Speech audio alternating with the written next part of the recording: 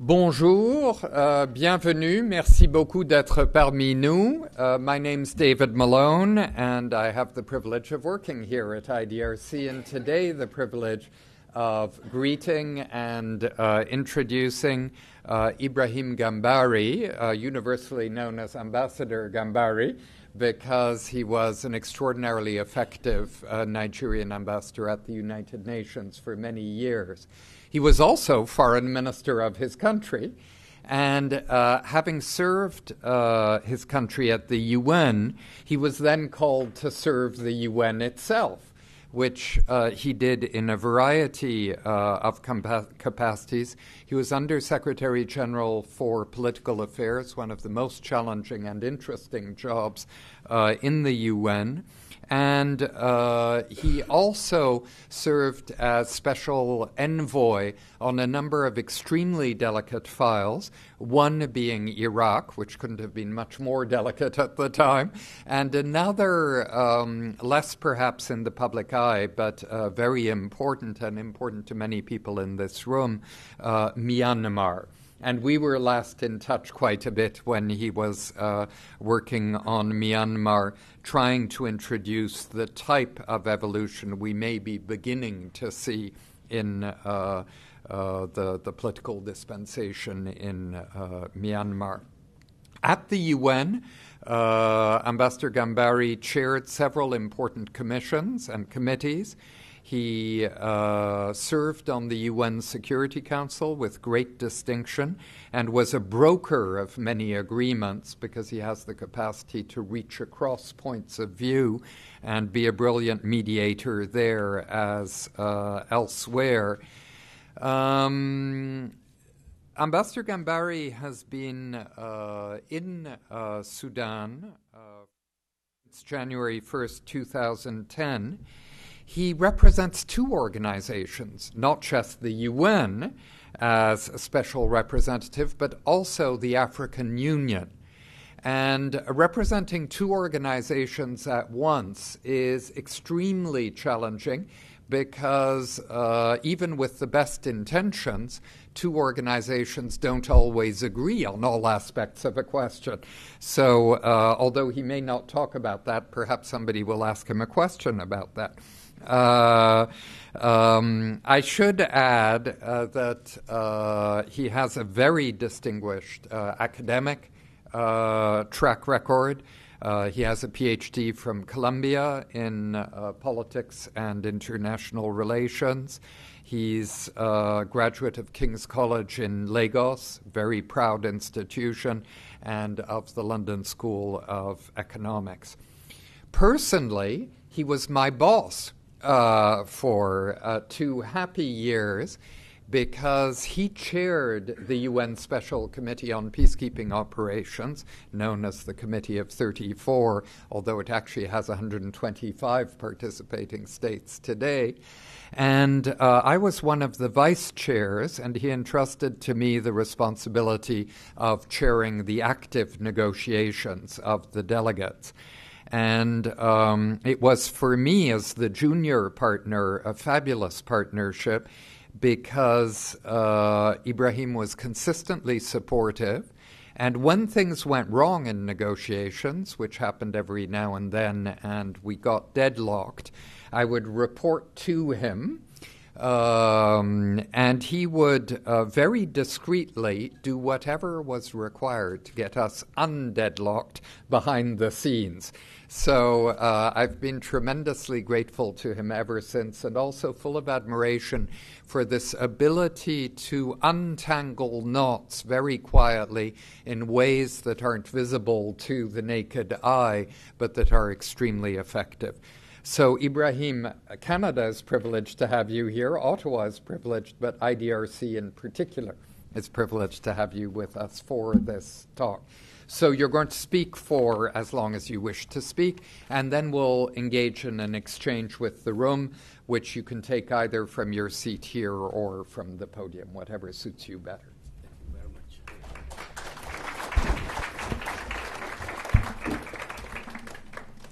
Members of the board of IDRC, the executive president, David Malone, about which I'm going to say a few words later. Excellencies, friends and colleagues, including Carol McCaskey, who is my colleague at the UN, Professor Haga, who is my boss here as the representative of Nigeria. I still carry Nigerian passport. I believe David Angel said he might come, so we'll look forward to seeing him. He was High Commissioner of Canada to Nigeria, and is back in the Foreign Ministry. Distinguished ladies and gentlemen, first of all, thank you very much, David, for inviting me here and for those wonderful introduction.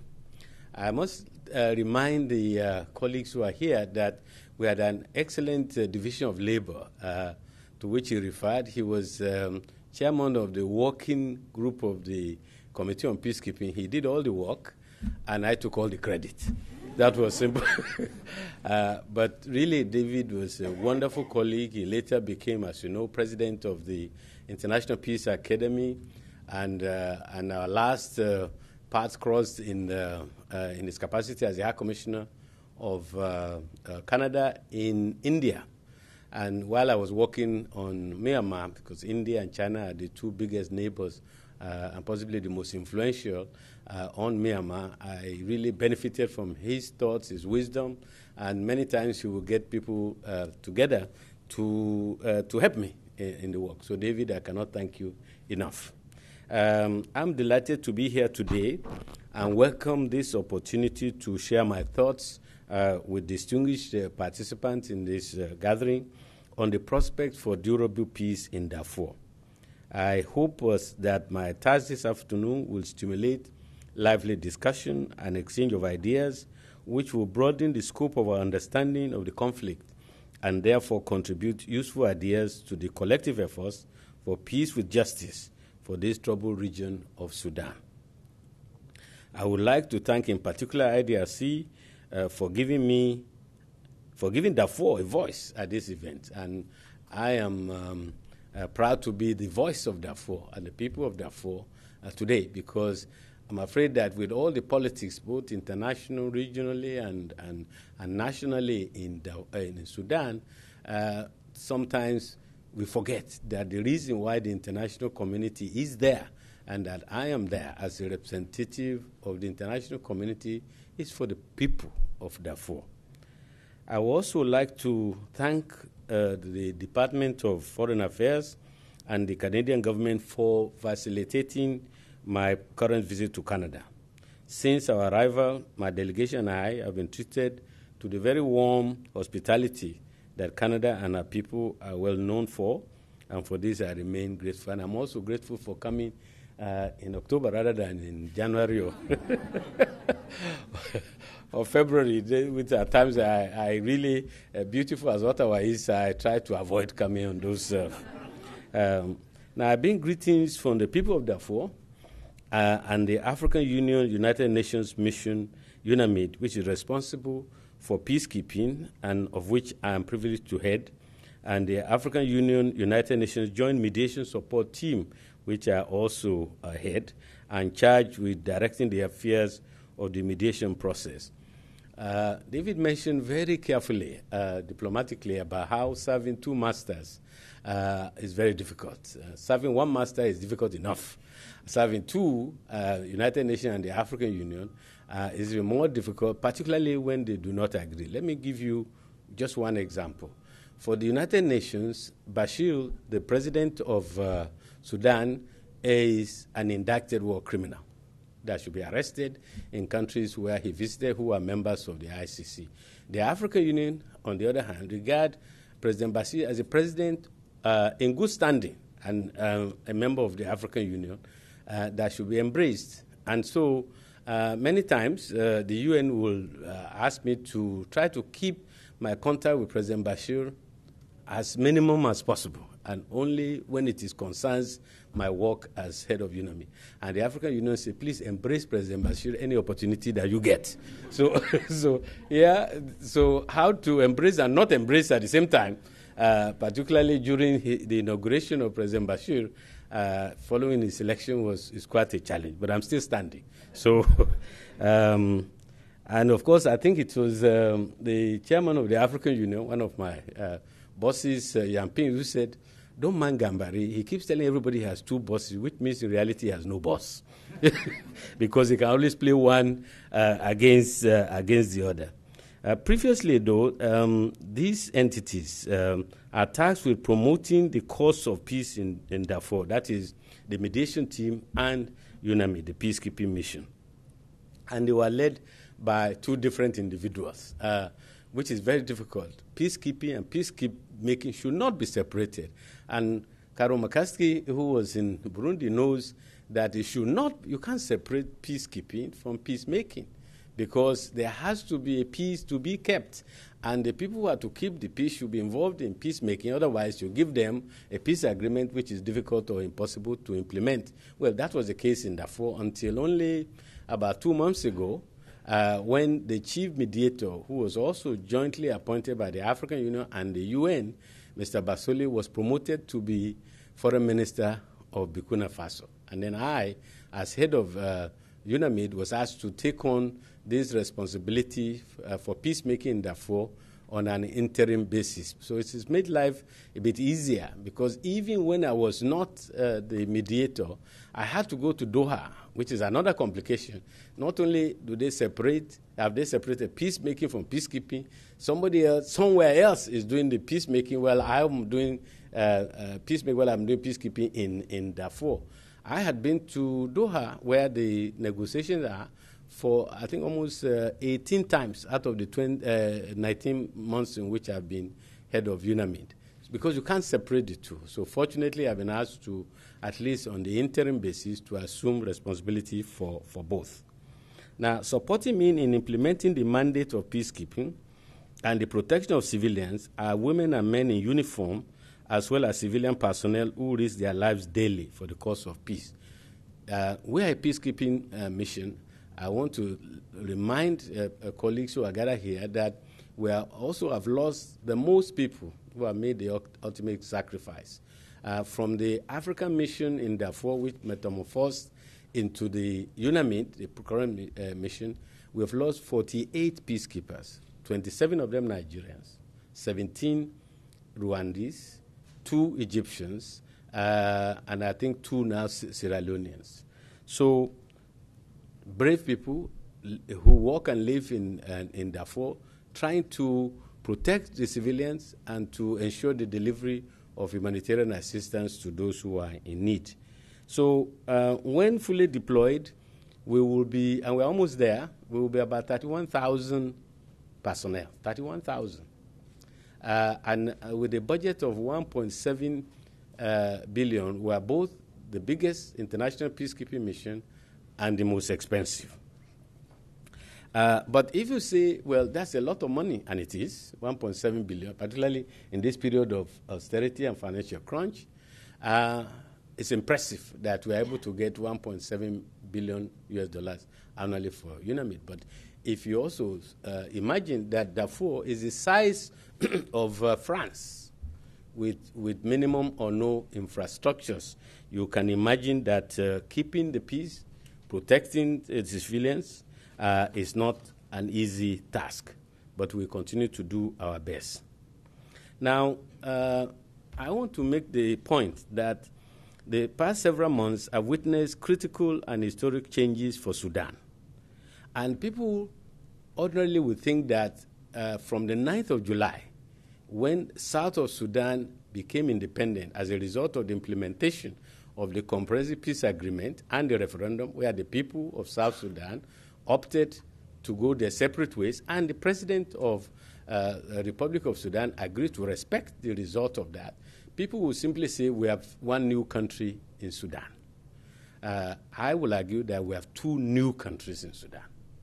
The South of Sudan, which is the most obvious, but also the Republic of Sudan, because it's no longer what it used to be. So really we have 2 new countries in what used to be Sudan. And the efforts and the interest of the international community should be to see that we have 2 new states, stable and prosperous, that live in peace with one another.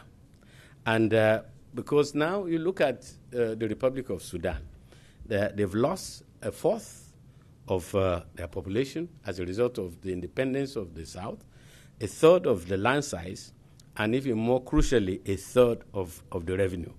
So the government of Republic of Sudan has now the huge task of restructuring its economy, its politics, its international relations to accommodate those changes. In this regard, the government of Sudan, Republic of Sudan, is acutely conscious of the critical necessity to resolve the conflict in Darfur as quickly as possible in order to begin the process of national reconstruction, national development, without the harmful diversions of armed conflict.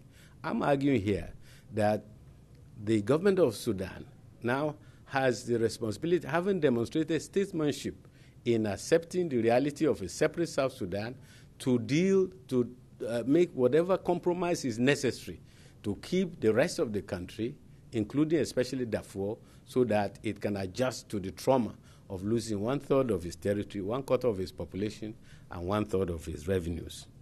And also, it means that the government of Canada and other international partners should come to the aid of Sudan, because if the international community were to concentrate all efforts now on helping the South, and you have an unstable or a poor partner in the North, that will not achieve even the objective of helping the South of Sudan. And that is why I was very delighted, as many others who are working for peace in Sudan, with respect to Darfur, that on the 14th of July, there was a peace agreement between the government of Sudan and the Liberation and Justice Movement under Dr. Tijani Sisi. Now, this LJM, the Liberation and Justice Movement, is like an umbrella organization linking and uniting many different armed movements. And they've come together, they've signed this agreement in the context of a Doha Document for peace in Darfur. So here is the difference. In the past, we've had an agreement between the government of Sudan with one of the armed movements. The latest, the previous one was so-called the DPA, Darfur Peace Agreement, signed in Abuja, my own country's capital. That was between the government and one of the armed movement. But this agreement is, although it's one movement has signed so far, is broad enough to allow for others who have not joined to come into the fold. But nonetheless, it also shows that there's a challenge, and I'll come to that a bit later, how to get the others who have not signed to try to join the peace process. Now, there are a couple of movements that are outside of the peace agreement, notably GEM, the Justice and Equality Movement, led by Khalil Ibrahim. And rather than join the peace process, sadly, this movement has decided to work with the others who have not signed the movement to have a new coalition, which is to topple the regime in Khartoum. They want a regime change. Now, I am for unity of the armed movement, because there was a time when there were more than 40 different armed movements in dealing with Darfur. So the more the unity, the better. But I've always argued privately and publicly that this movement should unite for peace rather than unite for more war, because the people of Darfur have suffered for too long and too much and too deeply. All what they want at this moment is to end the fighting so that people can begin to lead a normal life. Because without a comprehensive peace agreement, then which enjoys the benefits of all the blessings of all the parties, actors, and stakeholders, we are not going to be where we need to be. And UNAMID, which I have the honor to lead, the biggest and the most expensive international peacekeeping mission in the world, as I mentioned, would then not be using its full potential to implement what we need, which is a comprehensive and durable and inclusive peace agreement.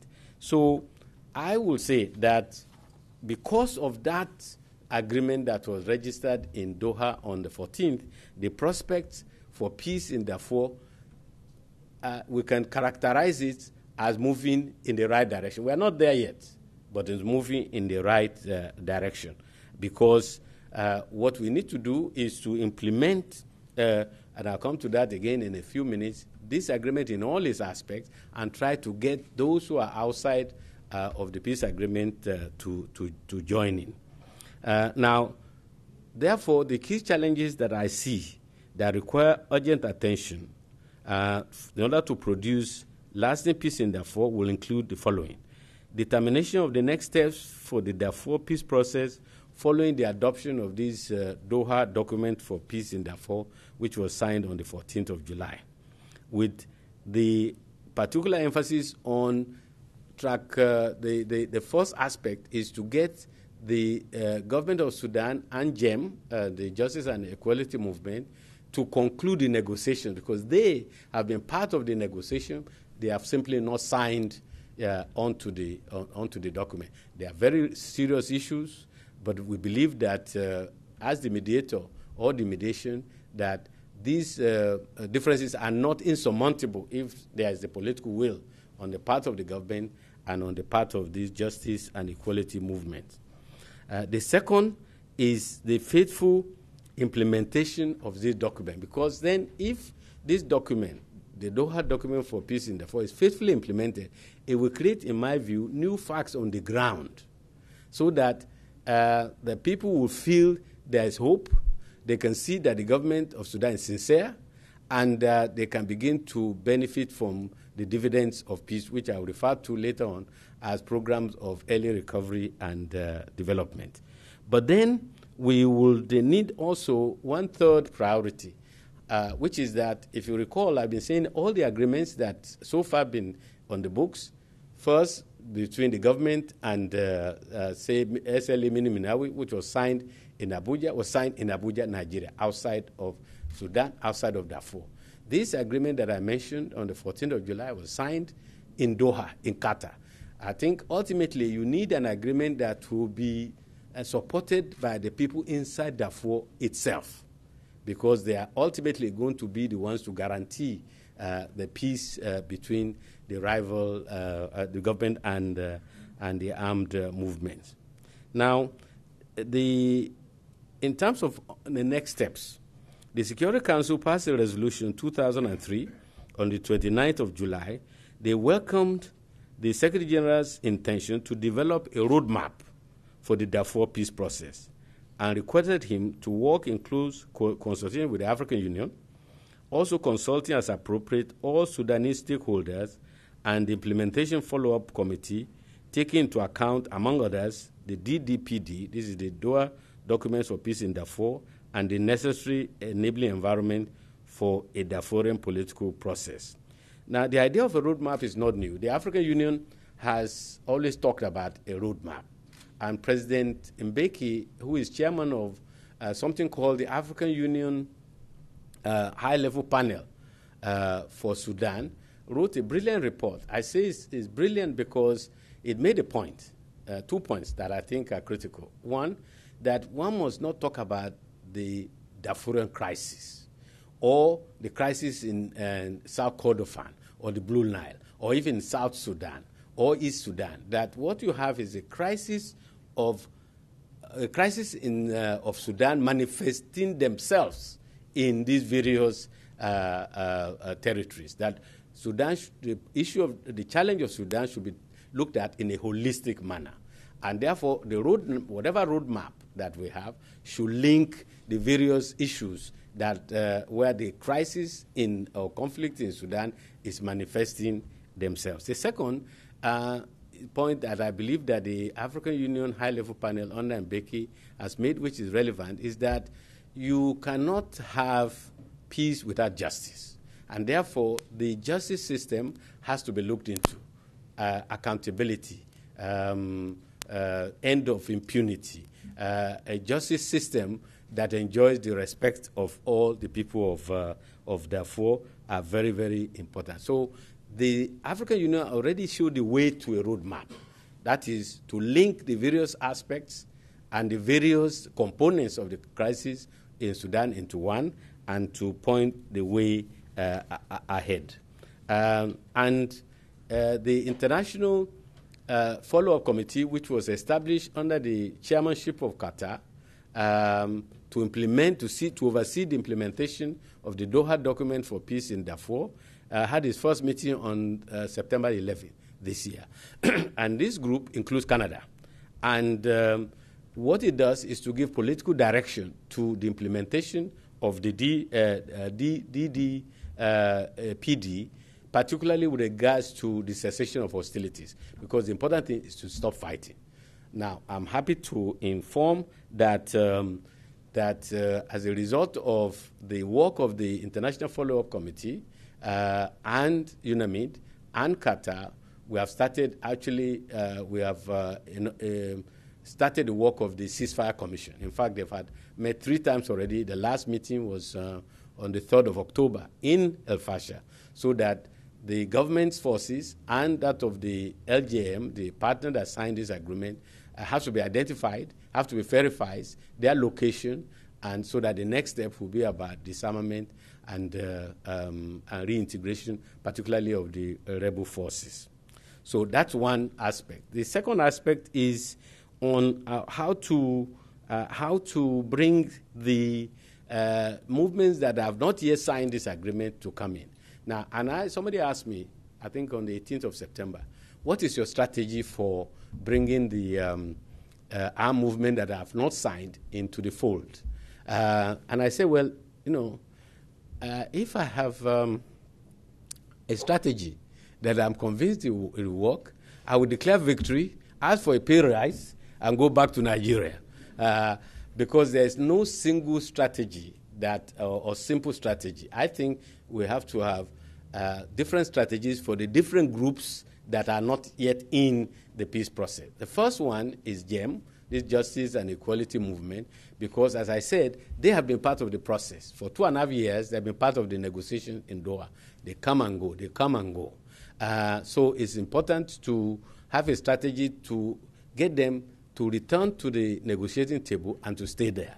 And the gap between them and the government is not wide. The government says, we have a document, okay? We are giving you 3 months to sign it on, and that's it. And the only thing we want to discuss are 2 issues, power sharing, political, and the security arrangement. And James said, no, we didn't sign on this document of 14th of July. We want to open all issues. Now, I said to Jem, we have to begin somewhere. Why don't we take those 2 issues which the government says they are interested in, which is important, power sharing and security arrangement. And then we will move from there. And if the goodwill is demonstrated on those 2 issues, you leave it to the mediation, to myself, the Qataris and others, to move the process forward. They were listening until recently. There seems to be a break within GEM. I'll come to that again later in my presentation as I wind up, because Khalil Ibrahim, who is the leader, was in Libya, and you all know what has happened in Libya, that it's not a conducive environment to remain, and he has left with enormous weapons and some people believe a lot of money. And there are those from his movement who feel that he's been so preoccupied with power and wanting to be the next president of the whole of Sudan, or what is left of it, that is not pay attention to the needs of the people of Darfur who want to end this fighting and they want the negotiation. Now, the preference of the mediation, and I believe of the government of Sudan, is to have GEM that is not fractured, because it's better to reach agreement with the whole rather than with a part. So it's not in our interest to encourage fragmentation, but that's for the GEM to decide. And then we'll continue to engage and persuade them to try to come to the table. So that's one. The second group that has not signed the peace document is SLA Miniminawi, that used to be part of the Darfur peace agreement, to which I refer, signed in Abuja. So he has been part of government. He's been part of an agreement. So you need a strategy to bring him to a new agreement, which we believe is an improvement on the one that he had actually earlier signed. And some believe that with some encouragement, including particularly offer of position in the government, he might be tempted to return. The third group that is outside of the peace process, which is the most difficult, is SLA Abdul Wahid, who has never joined the peace process at all. I know I get into trouble whenever I say this, because I'm frustrated with him. I've met with him twice in Paris, where he was for more than 3 years. He's now in Kampala. I went to meet with him because anywhere where anybody that contribute to peace, I will go there as a mediator and head of UNAMID. And he tells me, well, I will come I'll join the negotiation and once you solve all the problems. And I said, well, I mean, if we are succeeded in solving all the problems, there'll be no point in you coming. And that in any case, anywhere where the future of your region and the fate of your people is being discussed, you need to be there. Now, my conclusion is that it's beyond the mediation. In order to get Abdul Wahid to come, some pressure may be needed. And I understand that Security Council members are considering some targeted sanctions in order to persuade him to join the peace process. But my own belief is that really two things need to happen. First, let the government of Sudan also spend money to implement the program of early recovery and development to address the root causes of the conflict in Darfur and make these DDPD work so that facts of the ground will be created, the governments will be even more credible, and we as partners, we as UNAMID, we are ready to implement. We are already implementing to the best of our ability. We are disseminating the document, we are sensitizing the people, and we are presiding over the ceasefire commission. So that's something that has to happen. The second is how we can launch a domestic process, because ultimately I am convinced that we need to hear from the voice of the people of Darfur, the IDPs, that's internally displaced people, of which there are now about 1.7 million, down from about 2.7 at the height of the conflict. We need their views, the views of refugees, the views of the civil society, the views of elected officials, the views of appointed officials. That is very important that we hear their views and let their views be known that they want peace and they want peace now. They're tired of the fighting. We hope this will then put pressure on the movements that are outside to also come in and join the peace process. Now, the other issue that needs to be addressed, in my view, is in trying to get the domestic process going, the internal domestic process, there has to be an enabling environment. Again, I get into trouble when I say this. By the way, when I get into trouble, both from the armed movement and from the government, I tend to think maybe I'm doing the right thing. The latest was the government that said, how can you talk about lifting the state of emergency, that you are going beyond your mandate as head of UNAMID? And my response is this, that first of all, I myself believe that if the government were to lift the state of emergency, that is freedom of association, freedom of speech, freedom from arbitrary arrest, that will encourage people to come out to demand an end to the war. That will encourage, that will put pressure on the armed movement to come and join the peace process, which can only be to the benefit of the government and of the people of Darfur. Secondly, that the government itself announced, 17th of April, called a meeting of the diplomatic corps and said, we are going to lift the state of emergency in 2 weeks. Now, it has not happened, and maybe the government has changed its mind, but I'm only asking the government to do what it announced that it was going to do on the 17th of April of this year. And clearly, the credibility of the process and therefore the legitimacy of the outcome of an internal political process will be enhanced if the state of emergency law has been lifted, as the government itself has committed to doing.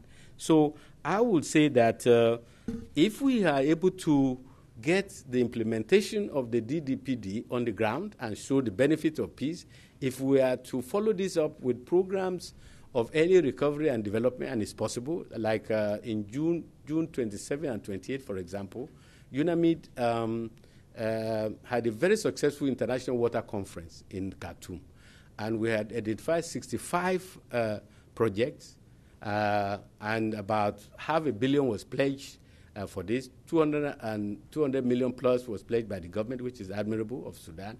We believe that water being one of the root causes of this conflict in Darfur, not enough of it, poor management of it, unequal distribution of it, it will, in our view, contribute to a durable peace in Darfur. So let DDPD, let programs of air recovery get on. Let the government continue to take positive steps, such as, for example, recently they appointed a Darfurian as vice president.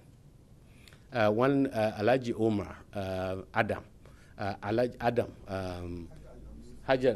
Youssef, who was appointed. He's, of course, again, speaking for myself, and as an African, I would have liked if that appointment of a Darfurian has been from one of the rebel movements, you know, but the government chose a member of the NCP, the party. Fine, it's a Darfurian, you know.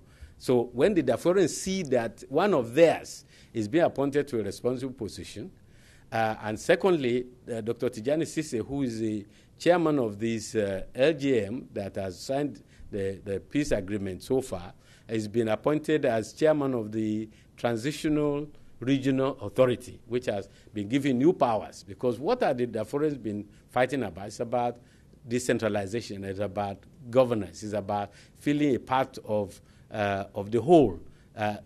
Steps like that would definitely enhance the feeling among the people that the government is serious, the international community that supports the DDPD are serious, and there's a hope for peace to come. And as I've mentioned, the internal process also has to be inaugurated. Let me conclude by saying that the current situation in Darfur requires a dual focus and approach to supporting and enhancing the peace process. On the first track, UNAMID will support the implementation of the DDPD, the Doha Document for Peace in Darfur, and in the second track, UNAMID, in conjunction with the African Union High-Level Panel, will facilitate a Darfur political process by pressing for the establishment of an enabling environment for meaningful dialogue.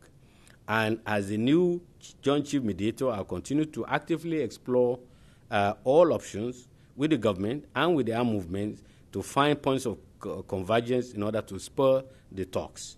While the mission, UNAMID, will also be on standby to substantively support negotiations between the government and the holdout movement should they commence. Now, I believe, and I want to reassure everyone that the approach that I have mentioned will not diminish or divert UNAMID from performing its core function. We are sent there to protect the civilians. That will not change. We are sent there to facilitate the distribution and delivery of humanitarian assistance to those in need, including the 1.7 million people in the IDP camps. That will also not divert us from promoting the program of early recovery and development. All these things we are going to do. We have actually pursued new policy, much more robust way in which we are carrying out these core mandates. For example, on the protection, we have increased our patrols from about 90 patrols a day, military and combined military and police, to about 160, and I'm pushing my military and civilian and the police to raise it to about 200 patrols a day. Shows confidence to show that, to lessen the time that we react to any threat to the peace and security of the population. Also, in that robust approach, we refuse to take no for an answer. Before, I must say, when we are stopped by the government or the armed movement in our patrols, we turn back. I've instructed our people now, they say no. If they stop us, we have to say why. And we have to determine whether or not it's safe for us to proceed or not. And this is having some impact. Similarly, we launched Operation Spring Basket, where an area called Jebel Mara, which was inaccessible for the distribution of humanitarian assistance for almost a year, we have opened up the space, and we're encouraging the humanitarian community to deliver the assistance. So the prospect for lasting peace in Darfur must take careful note, however, in my view, of the important political developments in some parts of North Africa and the surrounding regions. Because if you look at what is happening in North of Africa and elsewhere, they have highlighted the need for the following: an inclusiveness and ownership in the conduct of public policy. Second, the importance of guaranteeing basic freedoms. Third, equal opportunities in building for social growth, peace, and development.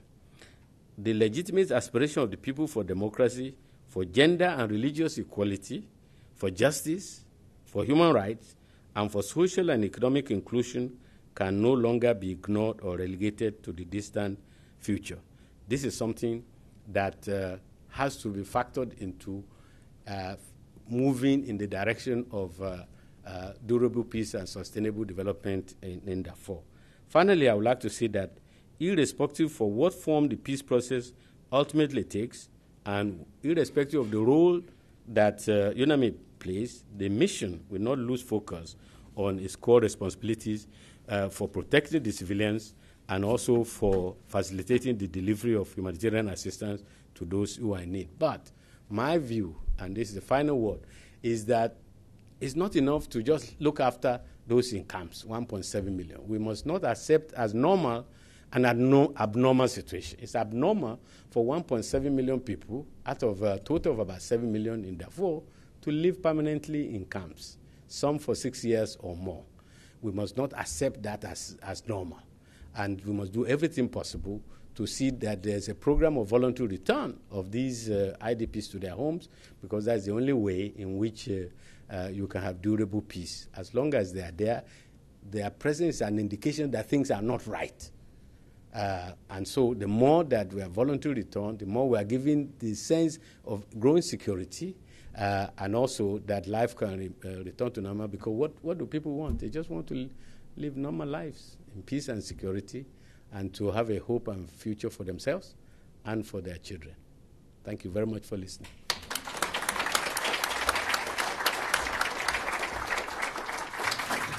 Merci beaucoup, Ibrahim. We'd like to hear from those in the room, and I'm sure there's no lack of comments and questions. We have 2 microphones on either up either aisle. I think the ambassador might take 1 or 2 questions at once and see if he can meld answers together. We're honored to have the ambassador of Sudan as well as the High Commissioner of Nigeria and the ambassador of Italy also with us this afternoon. I thought I'd perhaps start off, if I may, with a question of my own, but then we'll take a couple more. You touched on North Africa. You touched briefly on a resident or a recent resident of Libya. But it seems to me that what seem to be civil wars rarely respect boundaries, and those across boundaries don't always respect boundaries.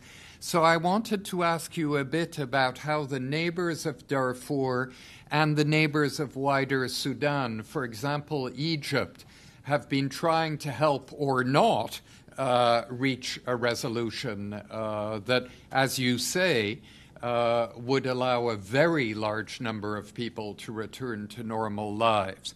So that's my one. Carolyn? Thank you, David. But thank you very much, Ibrahim. As expected, that was a real tour de force, and it makes me regret that I retired from the I wish I was I wish I was out there on the front line with you.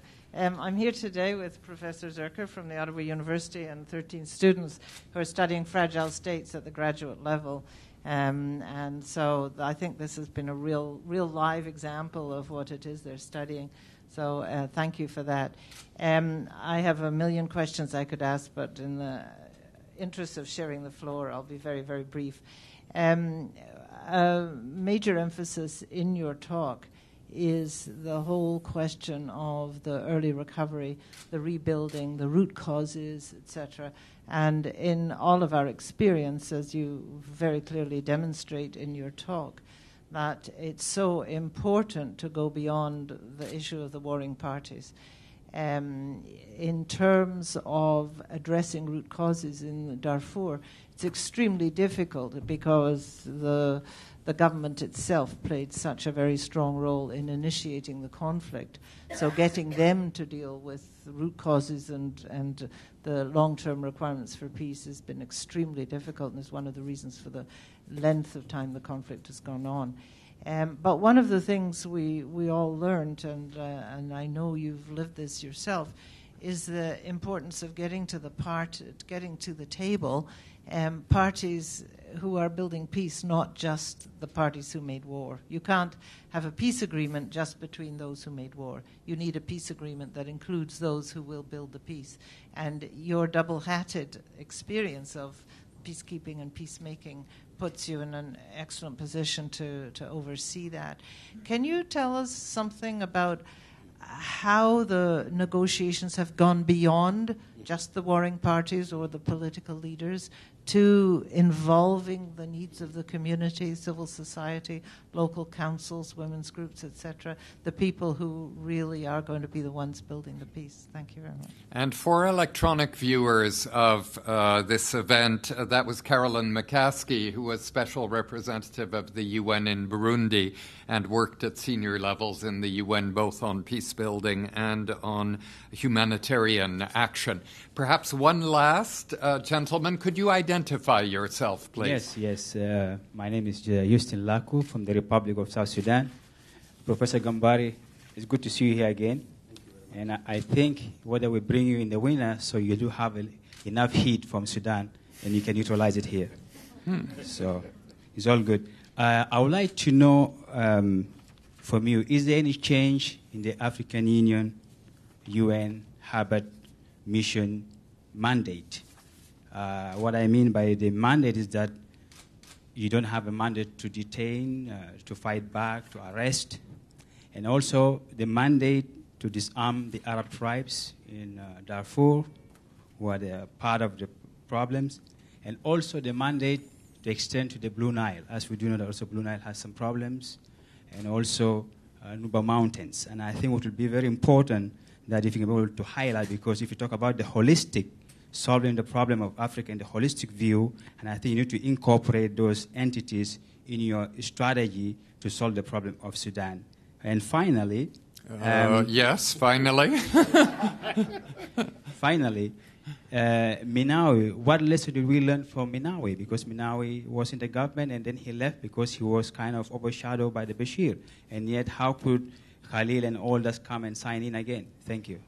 So let me come up because I think I tend to think a bit better on my feet. At least I think so.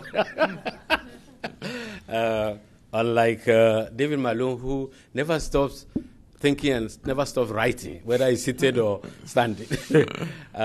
First, I'll be brief so that we can take some more questions and comments. First, the chair's privilege about the role of the neighbors. Now, it's true, most African conflicts are never limited to the country in which the conflict is taking place. If you look at Sierra Leone or Liberia or Congo, these are conflicts in one country that really have regional dimension.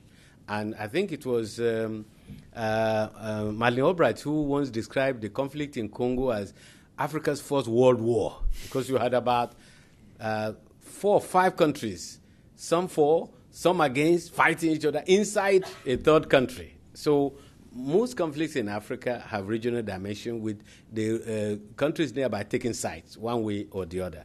And the government of Sudan believes very strongly that the Libya under Gaddafi was actually supporting JEM.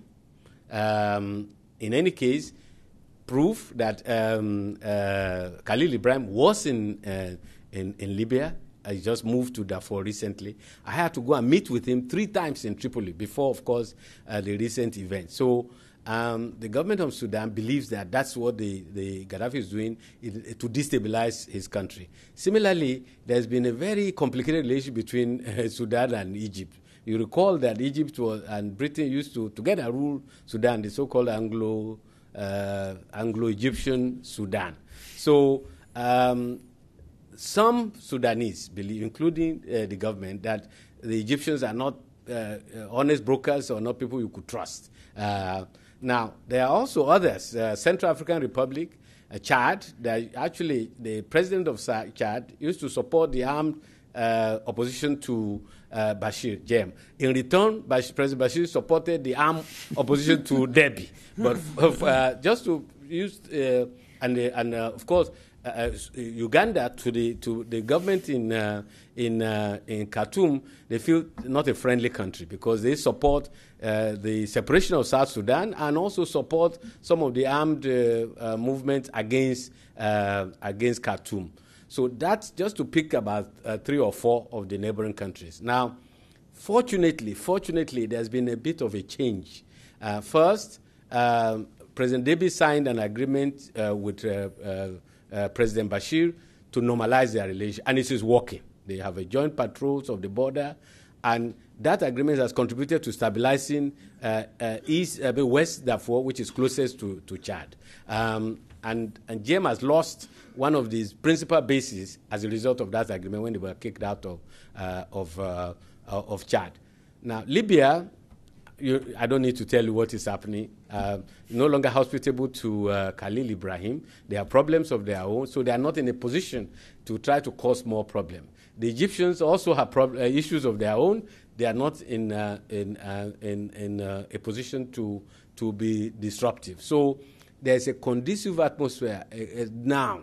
And with the independence of South Sudan, really the Ugandans' principal objective has been achieved. Whether or not they will limit it to that or continue to support the armed movement, that's another matter. So, David, the climate, because of the internal situation, have really been potentially positive. However, what the revolutions in North Africa represents is an issue, because now some of the armed movements are now saying they are not about Darfur anymore. They want a regime change in the Republic of Sudan itself.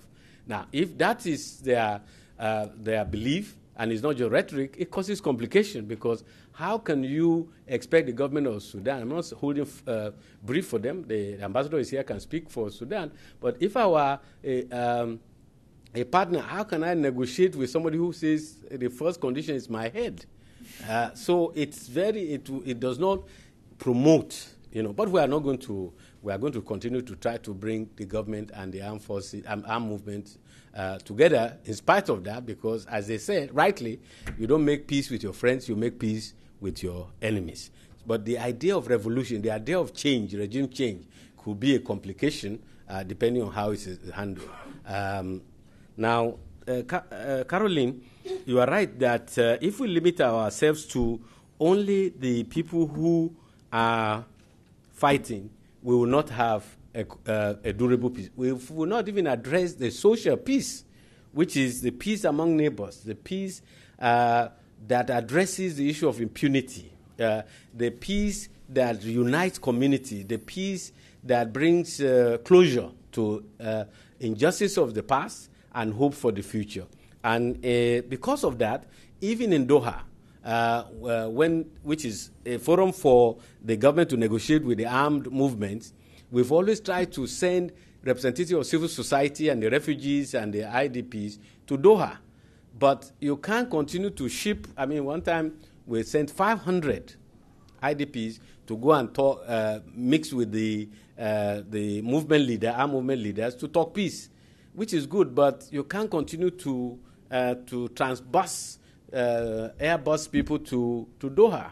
And that's why I'm suggesting that the time has come to really bring the peace process back to Doha itself, so that it will make it possible for more and more IDPs and civil societies to participate.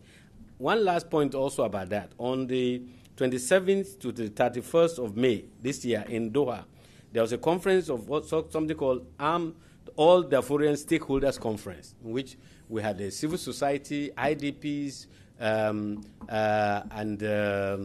refugees meet with the armed movement. And I was there, and I saw each time somebody wants to speak and talks about prolonging the war, it's just shouted the people down to say, we are the people representing, we are the victims of this, we want this war to end. I think it had a very positive impact. Of course, the critics of the mediation and of the government say, oh, well, these are people brought in, they are pro-government people. But believe me, I have gone to the camps in Darfur. I could see that what they were expressing, particularly the women's group, the youth, is that we want an end to this war. And I think it impacted. And so we have to keep that pressure on and inside Darfur itself. The last question was about the mandate. Well, I think it was, I can't remember who now, who said you don't fight an army, you don't fight a war with the army you wish. You fight a war with the army that you have. And similarly, UNAMID, we have to just use the mandate that we have, okay? And it is central enough. It's concentrated on Darfur, yes, but it's about the protection of civilians. It's about the facilitation of delivery of humanitarian assistance. It's about early recovery and development. Now, I believe that with what we have, we are making a difference. And to the extent that we are making a difference, and we hold the government accountable, because the government has primary responsibility for the security of its people, all of them, including their fellows. The government has primary responsibility for early recovery and development. That is their duty. We continue to hold them responsible, and what we do with what we have is to complement that effort, and we'll continue to do so. Now, also some elements in our mandate is Chapter 7. For those of you who may not know, Chapter 7 is that if we are threatened, we have the right of self-defense as peacekeepers. So there's a robust rule of engagement. Now, before, to be honest with you, UNAMID used to be seen as a sitting duck. People just come and kill us and shoot at us. Now, I'm happy to inform you that is changing. Because when they try to shoot at us, including the Arab militia, we fight back. And I told my soldiers and the police, and I said that, I reminded them, I said, I once went to Cambridge, Harvard University, and I saw a sign which says, it doesn't say, don't park here. It says, don't even think of parking here. So I said, that should be, you know, what the message we should send to the armed militia. Don't even think of attacking us, because if you attack us, we are going to inflict, and we have the mandate to do so. So I want us to use our mandate much more vigorously. But you are right on one thing which we can't do anything about, which is our mandate is geographically limited to Darfur. That's why it's called UNAMID, United Nations African Union Mission in Darfur.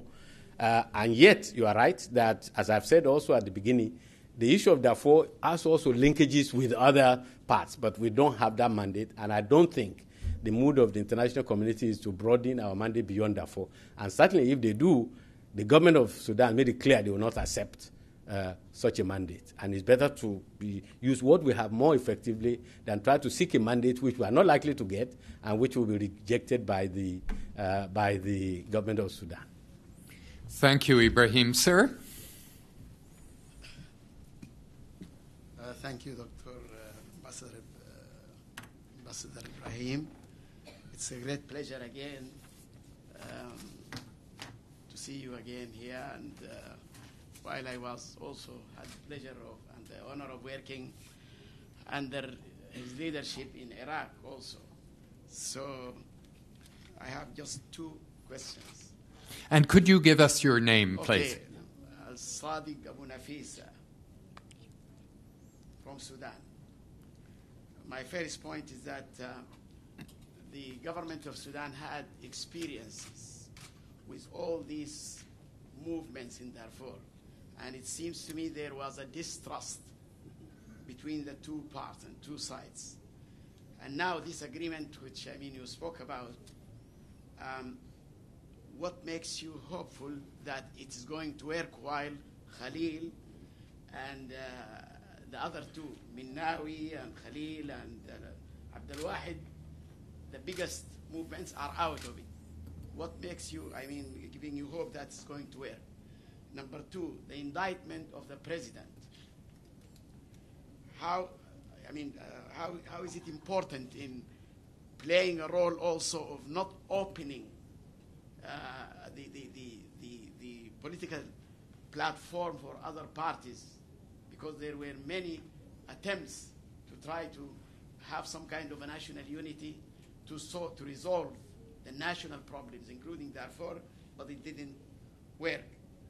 And sorry, the last point, if you don't mind, please. The unity of Darfurian movements, I remember the former SRSG, who was in Sudan before the last, one, was chased by the government of Sudan because he tried. Exactly. He was chased out because he tried to unify, to bring all movements together. Now you are talking about bringing all these movements together, or you want that, how that would fit with the government, because the government wants to deal with them one by one. And if one goes out, they bring the other one. Thank you. Thank you very much for those. Adrian? I was actually also... And could you identify yourself for the wider group? Adrian Di Giovanni. I work with IDRC on law and development issues. I was actually also going to ask about the indictment and what role it's playing, if any, in the peace process. And because you began with that and you also ended with sort of very, very compelling language about the legitimate demands of the people for justice shouldn't lie in the distant future. And there's a lot written about peace and justice and how to sequence them, but it's rare that we get a chance to get sort of real-time perspectives. And I took away a lot from your talk about a lot of the peace building and the peacekeeping and the basic humanitarian work you're providing in the context. And so it's a very open-ended question, and to what extent does the indictment from the International Criminal Court come up in your work, if at all? Thank you. Thank you. Thank you for those easy questions. For Sadiq Abnafisa, thank you very much for the kind words. And I know you and I have a discussion afterwards on how you can also contribute to peace in Sudan, because after all, it's your country. I mean, the Gambaris and the Young Prongs will come and go, but ultimately the peace can only be made by the Sudanese themselves. You are right about the distrust. Yes, there's a lot of distrust between the government and the armed movement, and it is a fair question to say, why do I think this would work, this agreement, when the others have not worked? I think there are three reasons. First, this agreement is not just an agreement between the government and one of the armed movement. That's the difference. It is an umbrella agreement. That's why it's called Doha Document for Peace in Darfur. And so it's out there. And there's whoever is ready to come and join should now join. And the first to be ready was the government and this LJM, the Liberation and Justice Movement. So unlike other ones, there's room left open even in the by the signatories, which was not there before.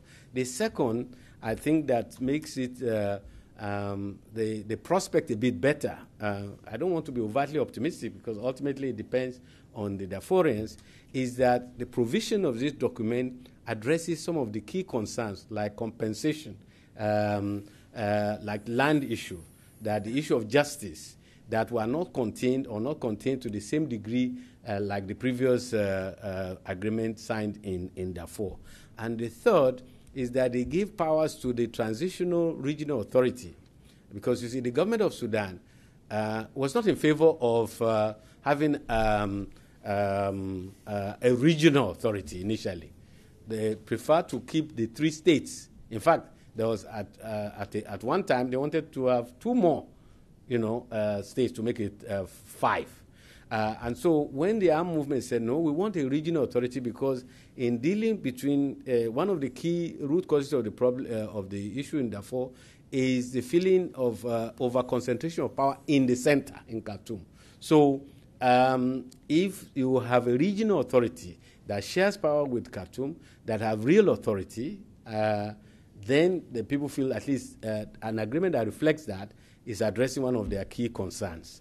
And the government grudgingly agreed to a transitional regional authority, agreed with some of the powers, appointed one of the leader of the armed movement, LJM, as chairman of this transitional regional authority. Again, of course, it remains to be seen how this will work, but the signal is that this agreement is qualitatively different from the previous ones. Now, but ultimately, as the British was, I think they have a felicitous expression, the proof of the pudding is in the eating. So now we have to see in practice whether both sides, the government and the armed movement, will commit to implement this in good faith. And UNAMID will be there, of course, as a referee to say, well, you are not doing this right. You are not, the other side is not doing this right. And that's why I think UNAMID's role is very important as a referee to draw attention to the implementation or non-implementation of this agreement. The second question you asked was about, is about the indictment of President Bashir. To be honest with you, that is not something that I preoccupy myself with. And this is not to cop out, but if you have 31,000 troops in a country, you know, as almost armed, civilian, military, and police, I'm concerned about the welfare of my troops. I'm concerned about the implementation of the mandate. And I cannot do this if I have to every day wonder whether President Bashir is indicted or not. That is for the Security Council to decide how to implement that. I am to concentrate on making life better for the people of Darfur. Remember at the beginning I said my mission is on behalf of the people of Darfur, not arguments about the indictment. And not that it's irrelevant, but that for me, I need to work with the government of Sudan. I mentioned to David that part of the problems is that the UN is used to deploying peacekeeping missions in countries that have collapsed, states that have collapsed or are collapsing. Sierra Leone, Liberia, Congo, Somalia. So you can become alternate authorities there. And the UN behaves like, you know, they are the boss here. Now, in Sudan, it's not the case. You may disagree with the policies of President Bashir, but there's a state with strong army and strong institution and have to work with it. Now, what worries me more is really that the contending forces within the government of Sudan, that will strengthen the hands of those, without interfering in the internal affairs of Sudan, those who are pro-peace, those who will argue that Sudan cannot afford Darfur to go the way of South Sudan. Therefore, everything must be done positively to keep Darfur within what is left of Sudan in a constructive manner, in a voluntary manner, you know, make all the sacrifices and the commitment of resources and compromises that are necessary. Not those who say, well, the South has gone, we cannot afford for Darfur to go, therefore all necessary means must be made to keep them in subjugation. It will not work. It has never worked, and it will not work. So for me, what is important is to encourage the implementation of the agreement that the government signed, encourage the government to spend money on water and other root causes of the issues, on voluntary return of IDPs and refugees. That's the only way to endear themselves to the people of Darfur. That's what interests me. And the constitution, because you remember at the beginning, I mentioned that we have two new states in Sudan. The obvious one is South Sudan, but we have a new state of in what is left. And they have working on a new constitution. That constitution, all of us who have influence should see to it that they respect gender, gender equality, women's rights. It deals with the issue of youth unemployment. It deals with power sharing. It deals with security, and above all, justice and impunity. And I must say, on the impunity is, I will not wait until somebody acts on President Bashir, whether indicted by ICC or not, to deal with the issue of impunity, because it is real.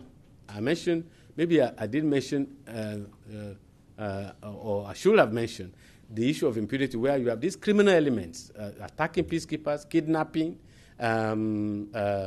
carjacking, and few people are ever arrested, you know. So we have to arrest criminals, and with no distinction whether they're Arab militia or not. That is the only way to give confidence to the people that there is equality before the law. So justice system, a new constitution that respects the right of all. This is the kind of issues that I think should preoccupy us. And we, UNAMID, we have the mandate, we have the resources to try to encourage movement in that direction, because we have a rule of law section, we have a justice section. Recently, I appointed an advisory committee, board on justice, accountability, reconciliation, and all of that, and have very senior people, including a former Chief Justice of Nigeria, to try to help work with the government to move in that direction. The third matter is the unity of the Darfurian movement. What I meant is that when you had proliferation, there used to be about 50 armed movements. You can't negotiate with 50 different armed movements. It's not possible. But so far, as we speak, there are now just 4. There's a Liberation and Justice Movement that has signed an agreement. There's GEM that I mentioned that has been on and off in Doha peace talks. There is SLA Abdul Wahid, which has never joined the peace process, the hardest nut to crack, and there is SLA Miniminawi. So at least that's more manageable than 20 or 50 different. So that's that kind of unity or bringing together the movements I'm in support of, and I think the government itself realized that it's in its best interest. That's why even this apparent split within GEM, the government has said to me, you know, it's easy for us to accept a split, but it's not in our best interest to have signed an agreement with parts of a movement. We'd rather sign an agreement with the whole. That's my own position. Now, the government, yes, they sent away Yang Prong, declared him persona non grata. I don't think it's just because of, I wasn't there then, of his activities in terms of uniting the movement. I don't really know. But I know that there's another special envoy of the U.S., General Gresham, who has actually been working very hard to get the movements together. And in fact, some have credited this LGM to be part of his handwork, that he worked very hard to get the movements together. So I don't think I'm in danger of being expelled from Sudan. Well, maybe the ambassador of Sudan is here, might say otherwise. But and the reason is simply that I implement very faithfully the mandate of the United Nations and the African Union, because it's the only hybrid mission in the whole world which is mandated by 2 organizations, is this UNAMID. And even if the government of Sudan has problem with the UN, I don't think they want to be on the bad side of the African Union. I don't think so.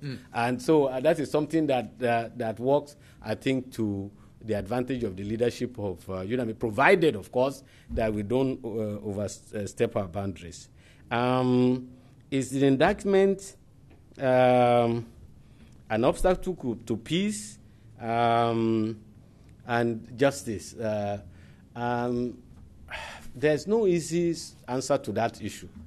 All I know is that there are 2 African Secretary Generals that I had the privilege of working with, one as ambassador and one as his staff.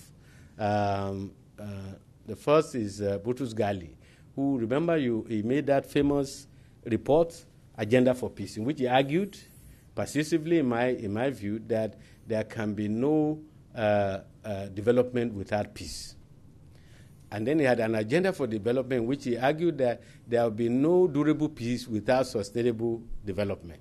And then the second Secretary General, Kofi Annan, argued that there will neither be peace nor development unless there is respect for the human rights of people, respect for justice. And so I believe the 3 are linked. And unless we address them holistically, and the issue of justice is taken seriously, there will be neither durable peace nor sustainable development in Darfur or anywhere else that have experienced conflict.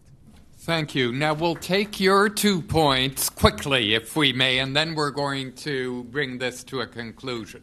Please. Omar Sayed, Sudanese Canadian. Just put it that way. I have a question that is bugging me. Do you have intelligence about the sizes and weight of this diverse group you are dealing with to inform your mediation efforts? From the limited information we have here, each group claims to be the biggest. So, okay. Good. We'll get back to you on that. Yeah. Sir? Martin Fisher from the Pearson Peacekeeping Center. Dr. Gambari, I remember hearing you speak last year at a General Assembly meeting on peacekeeping in the summer in New York, and you were saying some things that you started to comment on now about the hybrid nature, and David at the beginning started saying that you have two masters to report, one in Addis and one in New York. So I'm wondering if you can share with us some of the lessons learned writ large on peacekeeping, what a hybrid mission means, both sort of from the strategic point of view down to operational. I'm not going to belabor tactics, but if you could share some of the lessons learned that you've had over the past few years, I think we'd appreciate it. Thank you very much. And briefly, the Ambassador of Sudan. Thank you very much. In fact, I don't have a question, but a few words to say. First, I would like to thank the IDRC for this, for giving Professor Gambari this and us this opportunity. And secondly, to commend, to emphasize the positive constructive role UNAMID is playing in Sudan. And also the cooperation which is underway since the inception of the UNAMID between the Government of Sudan and UNAMID. And we are quite satisfied with that cooperation and the how it is going. Thirdly, I would like to emphasize and underline also that the Government of Sudan, as maybe Professor Gambari put it, and I would like really to comment that what he said, it was put objectively to a large extent. He really described what is going on there and the prospect of peace in Darfur and in Sudan. And I would like to underline that the Government of Sudan is really keen and serious to find a very quick solution to Darfur issue because of many reasons. Professor Gambari have mentioned some of them. And I thank you. Thank you very much for being with us today, too.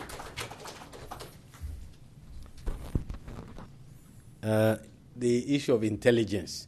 Somebody has once said the trouble with the United Nations, particularly in terms of their peacekeeping operations, they have no intelligence. And that can be read two ways. But what is meant is that we really don't have intelligence capability. The government, the member states refuse to give peacekeeping missions because they feel that will empower the UN far too much. So we really don't have the precise means to determine the size and weight of our movements. We rely on government. After all, the member state empowered us. We are their mission. So we beg them, please share with us the intelligence that you have. Well, I'm sorry to say, no, not a single member state has ever shared the intelligence they have with us. So we have to do the best we can through our own presence in the field, through what we call QIPs, quick impact projects, where we give to the community things that they need in return with the hope that they will at least advise us that, don't go this place because there's a lot of troops there, or they're about to launch an attack. So we have very poor, bottom line, very poor or no intent. But it's, I think, fair to say that of the armed movement until the agreement between President Bashir and President Deby, when they had GEM had a base there, they were regarded as militarily the strongest. Okay, and it's also on the other extreme, SLA Abdul Wahid. I know if he hears this, he'll be even more mad about with me. Is that he probably the weakest on the ground militarily, but he has a political constituency. All the IDPs, the 1.7 million of them, most of them are pro Abdul Wahid. And why wouldn't they? Because they are frustrated. So the message of extremism, of rejection, of opposing the government resonates with them. So he has a political constituency, but not necessarily a military one. And GEM, at least before this agreement between Chad and Sudan, was the strongest. I don't know really right now what the relative strength is. But my view is that whatever the military strength, they should unite, not to continue more fighting and more suffering for the people of Darfur. They should unite for peace and enter the peace process. Hybrid mission, that requires another lecture entirely. Because it's a new experiment, it's ongoing.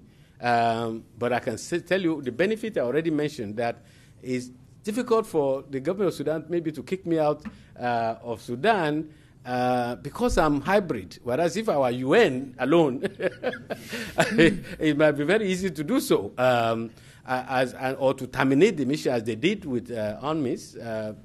After the independence of South Sudan, the government said, not 1 hour after the 9th of July, UNMIS UN mission out, and they're out. But because we are both African Union and the UN, and we have a mechanism called tripartite between the government of Sudan, the African Union, and the UN to discuss issues where there's problem. In fact, the last one was held on the 26th of September. So things are ironed out more. So there's value, but it also has complications, because when they don't agree on fundamentals, it's a big headache for whoever is leading the mission. The script is still being written, and it's still too early to say lessons learned, because the lesson is still continuing. But so far, it's been an advantage. Last point is from the ambassador. I want to thank you very much. We don't always agree with the government of Sudan. And if we do all the time, I will be in trouble. Because the armed movements and some of the member states is getting too close to the government of Sudan. So whenever the government of Sudan abuses me or attacks me, actually I'm quite happy, because I feel that that's a good balance with the armed movements. But they too, the armed movement also, in fact, right now I think it's the armed movement that it's like a competition. The armed movement are winning in terms of attack on Gambari. But yes, you have to be neutral. You have to be impartial.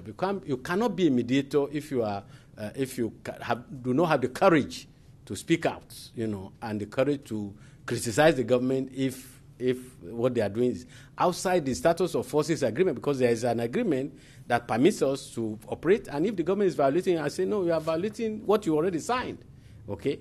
Or on the issue of amnesty, what do you call lifting of the state of emergency, I say, I believe you should lift the state of emergency. They are very angry with me, but I sincerely believe so, that how can we have a credible internal process where the people cannot assemble freely or talk freely or have the fear of arrest? So I get it from both sides, but I believe that I have enough cooperation from the government, and I have enough, not enough cooperation from the armed movement, but at least a minimum for me to do my work, which is protection of the civilians, facilitation of the delivery of humanitarian assistance, and also laying the foundation for early recovery and development, so that these 1.7 million internally displaced, is really a priority for me, should return to their homes. Thank you very much again. Thank you. A couple of points from me. First of all, Ibrahim, warm thanks. I think you can see how interested everybody was. Nobody nodding off in the background. There was an earlier experience of double hatting a special representative of the UN, and that had to do with Haiti in the early 1990s, when the Organization of American States was extremely nervous about the UN, particularly the UN Security Council, becoming involved in the case of Haiti. And Dante Caputo, who today is Deputy Secretary General of the OAS, was appointed special envoy for both organizations. And it was actually an extremely useful mechanism, because it reassured the OAS that nothing was going to be done behind their backs. They, by the way, didn't field a joint mission, so different outcome. The OAS was faster off the mark than the UN, was able to deploy human rights observers much faster than the UN could have. The UN can be fairly lumbering and slow administratively. And then the UN deployed a larger mission of their own, and they worked alongside each other, and eventually the mandate of the joint envoy came to an end. So international institutional arrangements for peace are infinitely flexible, and different formulas work at different times in different places, I would say. Secondly, for Canadians, because many of us are Canadians in the room, our own media has been focusing a great deal on South Sudan recently, and quite understandably. It's very exciting to watch a new country emerge. But actually, Canada not only has been active in a developmental sense, in a humanitarian sense in South Sudan, but it's been extremely active in support of the African Union first, and then the United Nations on Darfur. Canadians, by and large, don't know how much money has been spent, in fact, to provide airlift capacity to the African Union mission early on, around 2005, and subsequently heavy equipment, which is very expensive equipment, to the ongoing mission. So it's a sort of untold story of Canadian action internationally, and partly because Darfur itself has dropped off the media map very largely, including the Canadian media map. So I thought I'd add that small note, because actually Ibrahim was, of course, in Ottawa, kind as he is to come to IDRC, mainly to see the Canadian government about this type of support they've been providing. Once again, Ibrahim, thank you so much.